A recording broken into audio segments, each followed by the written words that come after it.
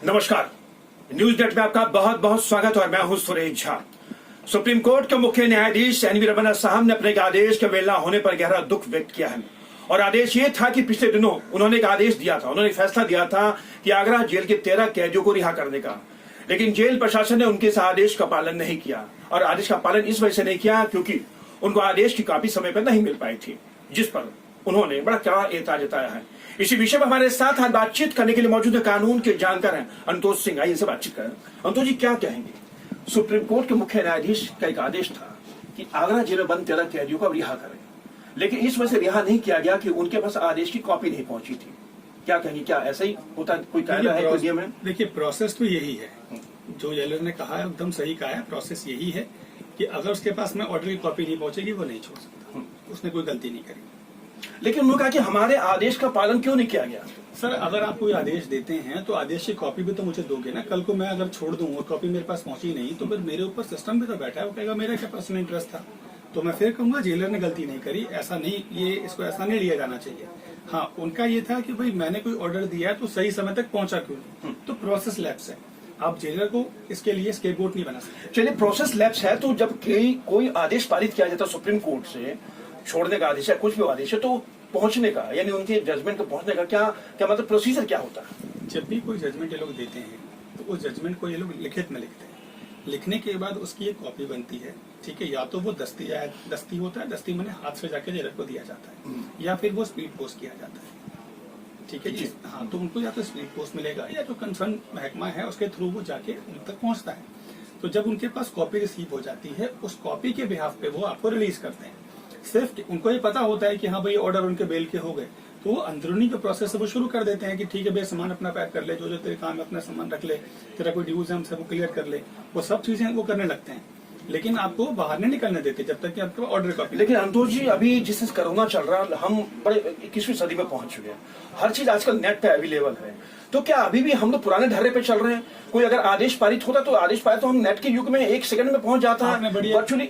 आपने बड़ी अच्छी बात कही है, नेट से भी जा रहा है, नेट से भी जा रहा है। देखिए, कई बार क्या होता है, उसको ऐसे समझने की कोशिश कीजिए। भारत जैसे बड़े देश के अंदर एक इंसान का टेम्परामेंट क्या है। अब जेलर हो सकता है कि वो अवॉइड कर रहा हो, समय तो देख ही नहीं सका, तभी सुप्रीम कोर्ट को नाराजगी हुई है ना कि तूने देखा क्यों नहीं। तो इसलिए सुप्रीम कोर्ट जो अप्रोप्रिएट मतलब एक्शन है वो लेगा उसके अगेंस्ट में। लेकिन अगर उसके पास कॉपी नहीं पहुंची, वो जस्टिफाई कर सकता है तो वो ठीक है। लेकिन सर, हम वर्चुअल चल रहे हैं, आजकल हर चीज वर्चुअल हो रही है। सुप्रीम कोर्ट बड़ा एक सर्वोच्च न्यायालय है, वहां पे कोई भी अगर जजमेंट लिया था तो 1 सेकंड के अंदर कहा, हमने बताया आपको, फिर कंप्यूटर का युग है, 1 सेकंड में आदेश पहुंचने में कोई देर लगती नहीं है। यहाँ से तो लंदन कई देशों पहुंच जाता है, आगरा को जरा दूर भी नहीं है। जज ने यही आपत्ति जताई है कि हमारे आदेशों की अवहेलना अभी तक नहीं हुई है, मतलब अवहेलना की गई अभी तक जो है, उसको पालन नहीं किया गया। और जज जेलर का कहना है कि जो आदेश होता है उसकी कॉपी जो है डाक से पहुंचती है, यानी हम अभी तक जो हमारी कानूनी प्रक्रिया है वही पुराने ढर्रे पर चल रही है।